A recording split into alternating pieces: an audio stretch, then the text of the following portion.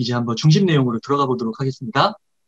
예, 여러분, 이 코로나가 우리에게 위기를 주었는데요. 근데 이 말이 과연 100% 맞을까라는 거예요. 정말 이게 코로나가 위기인가? 안 좋은 점만 있을까? 그 통계적으로나 대체적으로 보면은 안 좋은 점이 훨씬 많거든요. 실제로 GDP도 떨어졌고 마이너스 성장률이고. 근데 어 이런 거라는 거죠. 첫 번째는 이미 벌어진 일이에요. 그러니까 돌릴 수가 없습니다. 또 아무리 후회를 하고 원망을 한들 과거로 돌아갈 수가 없어요. 그러니까 앞으로 해결책을 모색할 수밖에 없다라는 것이죠. 그리고 두 번째는 뭐냐면 실제로 이런 상황 속에서도 실적을 유지하고 심지어 더 잘 나가는 곳이 있습니다. 음, 요즘에 이제 코로나로 인해서 가장 핫한 분야 중에 하나가 주식시장이죠. 그 주식시장을 예를 들어 보면은 이제 성장주와 가치주라는 게 있잖아요. 저희 전체 지수가 1,400대까지 떨어졌다가 지금 현재 2,300에서 2,400대까지 올라갔죠. 코스피에 약 800개의 기업들이 있거든요. 근데 이 주가가 다 올라간 게 아닙니다. 2,300, 2,400까지 올라가는 데 있어서는 크게 이제 네이버, 뭐 카카오와 같은 이제 대표적인 성장주죠. 그런 데가 많이 올라갔고 아직 안 올라가고 굉장히 저평가를 받고 있는 곳도 많아요. 그러니까 오히려 이 주가가 양극화가 되면서 잘 나가는 곳이 더 잘 나가게 되면서 이 전체 지수를 끌어올렸다는 거죠. 어떻게 보면 평균의 함정이죠. 말하고자 하는 건 뭐냐면 이런 위기 속에서도 오히려 그 위기의 환경이 오히려 기회로 더 잘 적응하고 더 뻗어나는 기회로 만드는 기업들이 있다라는 겁니다. 이 엄청난 글로벌 팬데믹 위기 속에서도. 그러면 이제 이런 거예요. 우리가 그 살아남아 번영할 수 있는 그 소수 그룹에 들어갈 수 있지는 않을까. 그러니까 이 기업 단위를 우리 개인적인 차원으로 줄여보자라는 거죠. 개인들의 무리 속에서 이 성장주 주식회사들처럼 우리도 더 잘 나가는 그룹에 속하는 한 명, 개인이 될 수 있지 않을까. 그래서 제가 이제 오늘 여러분들과 주로 나누고자 하는 책이 제가 최근에 감명 깊게 읽은 책, 하루 15분 인문학 지혜 독서법, 심정섭 작가님의 책인데요. 들어갈 수 있다라는 거예요. 어, 심정섭 작가님께서 이제 개인 경험을 책에서 풀고 계신데, 코로나가 터지고요.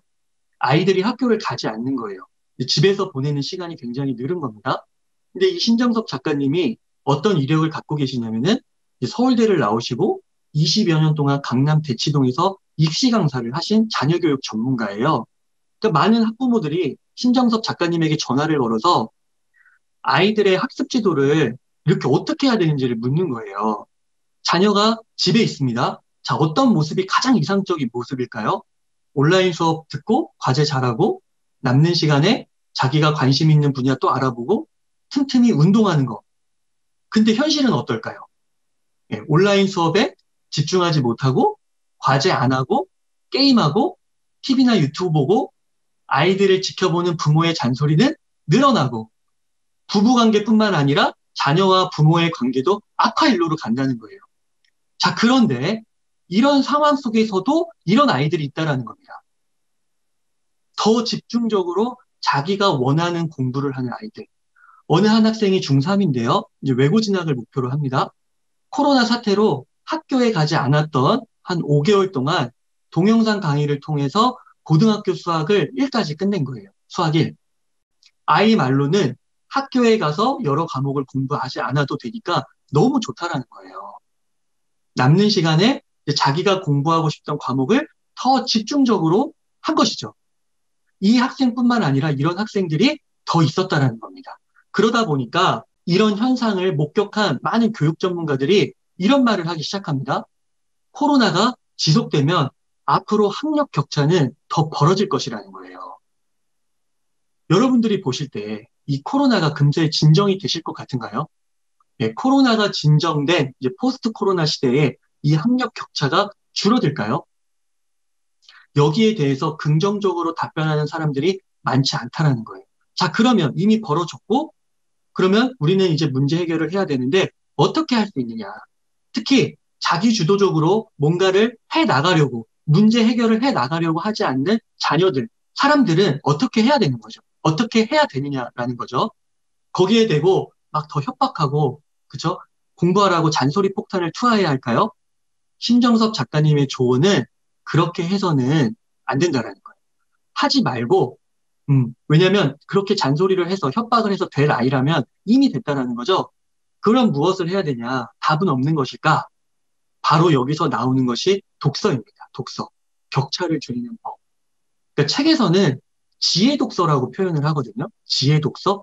여기에 이제 설명을 좀 더 붙이면 내용이 길어지고 복잡해지는데 심플하게 말씀드리면 이런 겁니다. 첫 번째, 집에서 부모와 아이가 함께 책을 읽는 거예요.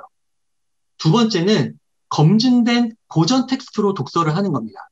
그럼 이 고전 텍스트라는 건 뭐냐? 주로 인문학인데요. 나는 누구고, 왜 살고, 어떻게 살아야 되는지, 다른 사람들과 어떻게 소통해야 하는지를 알아가는 독서예요. 이 지혜 독서를 하라는 것입니다. 자, 집에서 부모와 아이가 함께 왜 독서를 하고 검증된 고전 텍스트로 독서를 해야 되느냐? 첫 번째는 이 교육이라는 것은 원래 본래적으로는 가정에서 시작을 했다라는 거죠. 부모가 가장 큰 교사였다는 것입니다. 그리고 둘째, 이 인문학 고전 텍스트를 통해서 공부를 하는 이유를 발견할 수 있게 된다라는 거예요. 그러면 이 지혜 독서, 왜 공부를 하는지가 재능 독서, 기능 독서, 입시 공부, 수험 공부로 이어질 수가 있다라는 것이죠. 그래서 한마디로 부모와 자녀 모두 메타인지가 올라가게 되고 서로 소통을 하면서 이게 이제 성숙한 가정으로 나중에는 하나의 그 가문, 집안의 문화를 형성할 수가 있다는 겁니다. 그래서 과거에는 뭐 밥 먹었어, 숙제했어, 뭐 이런 단편적인 대화에서 이제는 이 텍스트는 어떤 의미일까? 여기서 너는 어떤 생각이 들었니? 이런 대화로 변화가 될 수 있다는 거예요. 여기서 이제 인사이트를 얻을 수 있는 것이 무엇이냐면, 예, 우리가 부모님들과 또 청장년층들이 저희가 이렇게 빡독으로 모여가지고 책을 읽잖아요. 성남 빡독으로. 그러니까 아직 훈련되지 않으신 분들은 집에서 이거를 하기가 어렵다라는 거죠. 왜? 내가 하지 못하는데 어떻게 자녀를 이끌겠습니까?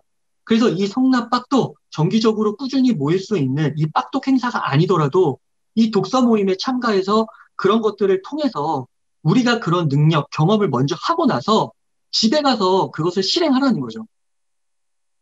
집에 가서 그것을 전수해서 집에 그 문화를 만들게 되면은 이 코로나 시대의 학력 격차를 없애고 더 멋진, 더 성숙된 가정을 만들 수가 있다는 겁니다. 이게 어려운 게 아니에요. 신정섭 작가님이 말하는 거는 이 지혜 독서, 그러니까 지식 독서가 아니라 여기서 지식 독서는 아까 말씀드린 문제풀이나 기존 입시 수험 이런 독서들이에요. 자격증 독서 이런 것이 아니라 지혜 독서의 시간을 늘리라는 겁니다. 딱 하루에 15분만 해보라는 거예요. 15분. 이렇게 시작을 하는 겁니다. 15분에 익숙해지면 30분으로 늘리고 1시간으로 늘리고 그러면 빡독 월 행사에 와서 이제 6시간, 7시간 동안 오셔가지고 거기까지 이제 습관이 되는 거죠. 점점 레벨을 올려가시는 겁니다. 그래서 이 책에서 이제 지혜 독서를 강조하는데 아주 구체적인 그런 노하우 방법들은 나중에 이제 책을 통해서 확인하시면 좋겠어요. 거기에는 이제 이런 이론적인 말들뿐만 아니라 진짜로 변화된 사례 그리고 후기들도 수록하고 있습니다. 그래서 궁금하신 분들은 그렇게 더 구체적으로 확인을 하시면 좋고요.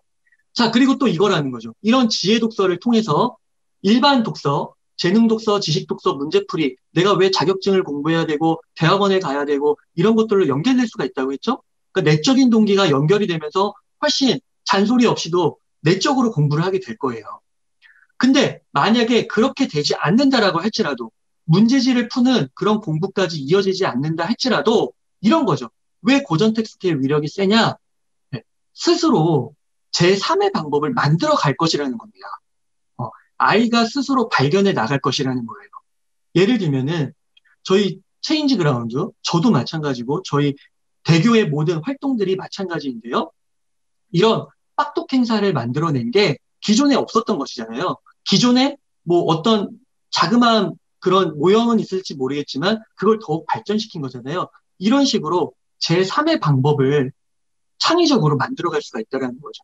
위기 속에서 항상 그 기회를 포착하고 그 기회를 진짜 성과로 만들어낼 수 있는 사람이 된다라는 거예요.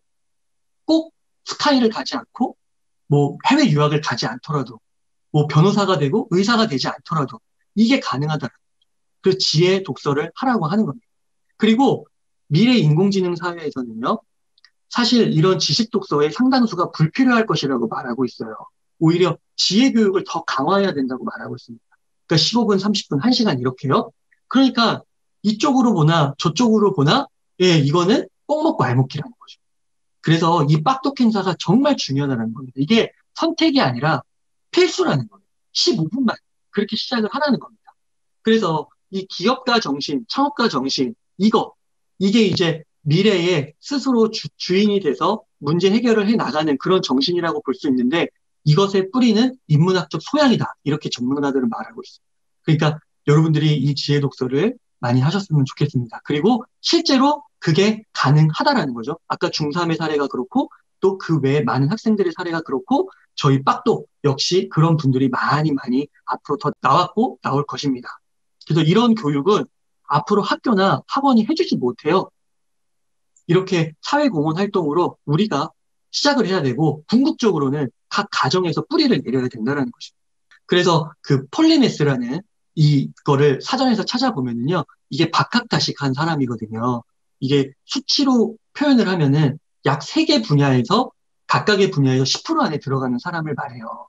근데 이 폴리메스라는 책을 제가 또 읽으면서 한 가지 되게 감명을 받은 게 뭐냐면 이 폴리메스가 우리가 앞으로 돼야 된다는 게 선택이 아니라 선택이 아니라 이것도 의무예요. 의무. 우리가 당위적인 겁니다. 해야만 하는 거예요. 왜냐하면 첫 번째는 아까 말씀드린 대로 한 가지 분야에서 1%가 된다고 한들 앞으로 인공지능 시대가 들어오면은 오히려 대체되기가 쉽다라는 거예요. 그게 첫 번째. 생존의 이유에서 우리가 다양한 분야로 늘려가야 된다. 그러니까 독서, 평생학습은 계속해서 해야 된다는 거죠. 두 번째는 자아실현인데요. 우리 인간에게는 잠재력이 많단 말이에요. 근데 우리가 어느 한 분야에서만 몰두해가지고 그 분야만 개발하려고 한다는 거죠. 근데 그렇게 된다면 어쩌면 우리는 한마디로 충분히 만족스러운 삶을 살지 못할 가능성이 높아요. 왜냐하면 우리에게 잠재력이 10개인데 한두 개밖에 구현을 못하니까요. 그래서 독서를 통해서 그 잠재력을 개발할 수가 있다는 겁니다. 그래서 이 폴리메스는 생존과 자아실현 이 두 가지를 충족하는 길이에요. 그리고 이 폴리메스가 되기 위한 강력한 수단이 뭐냐? 신정석 작가님도 말씀하셨고 바로 독서라는 거죠. 그럼 이 독서는 그냥 단순히 책을 읽는 것이냐? 물론 그렇게도 볼 수 있지만 우리가 추구하고자 하는 건 뭡니까? 빡독에서 책을 읽었으면 써야 되고 정리정돈, 정리도 하고 적용도 하고 그리고 그걸 갖고 토론하는 데까지 나아가야 된다는 거죠. 아웃풋, 적극적인 아웃풋. 그것이 독서의 완성이다. 근데 이게 반드시 해야만 하는 것인데 혼자 하기가 힘드니까 함께 하자는 것이 이 빡독이고 바로 성남 빡독이 다시 부활하게 된 것입니다. 그래서 정리를 이제 해보겠습니다. 다시 이제 몇 달 전으로 이렇게 돌아가 보면은 독서는 해야만 했던 것이었는데 코로나 때문에 하지를 못했어요.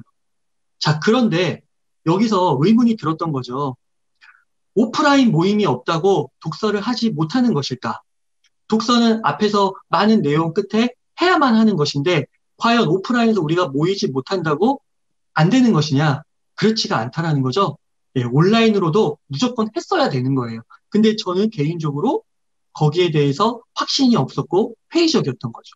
그래서 다시 한번 저의 그런 회의적인 생각에 다시 한번 힘을 불어넣어 주신 저희 현수님, 현성님, 소영님께 감사하다는 말씀을 드립니다.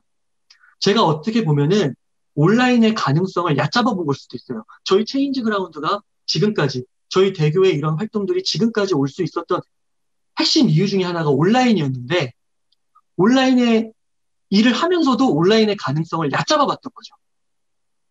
그런데 이제 앞으로는 이 온라인의 위력을 다시 한번 보려고 합니다. 정말 이 온라인도 무궁무진한 잠재력이 있을 수도 있을 것 같아요. 지금 이렇게 줌으로 화면을 보면은 놀랍거든요. 제가 이렇게 줌으로 지금 처음으로 강의를 하는 거예요. 근데 전혀 뭐 불편함이 없습니다. 얼굴들 다 보이고요. 네. 그래서 정말 온라인에 또 엄청난 가능성이 열릴 것 같습니다. 그래서 저희의 애초에 이 빡독의 비전이 원래 문해력을 높이고 이런 것이었는데 오히려 그 열리지 못했던 6, 7개월 동안 오히려 저는 이 빡독이 앞으로 계속돼야 된다라는 그런 생각을 갖게 되었어요. 만약에 이 빡독이 영원히 내가 죽을 때까지 해야 되는 그런 일이 아니었다면, 나의 사명이 아니었다면 어떻게 보면은 한 6, 7개월 안 했으면 사라졌을 것 같아요. 저도 그런 동기를 갖지 못했을 것 같고, 이미 6개월 동안 했는데 그거를 못하러 다시 해. 그런데, 예, 그런데 어떻게 보면 그 6개월 동안 저의 다시 한번 개인적인 차원에서 또 이 조직적인 차원에서 비전과 사명을 다시 한번 발견하게 된, 그래서 어떻게 보면은 응축의 시간, 스프링이 더 멀리 튀기 위한 그런, 예, 움츠리는, 그쵸? 응축되는 시간이 아니었을까 싶습니다. 그래서 여러분들 앞으로 함께 이 정기적 빡독 성남을 통해서 이 변동성이 큰 시기에 잘 적응하시고 최소한 유지하시고 유지만 하는 것이 아니라 더 나아가서 더 발전하시는 그런 독서 공동체 우리 모두가 되었으면 좋겠습니다. 궁극적으로 좋은 폴리메스 공동체. 이제 여러분들 분야에서 전문가가 되시고 또 제2의 분야에서 제3의 분야에서 전문가들이 다 되셨으면 좋겠어요. 또 좋은 폴리메스 공동체로 앞으로 저희가 더 발전하기를 기원하면서 오늘 이렇게 강연을 마치도록 하겠습니다. 감사합니다.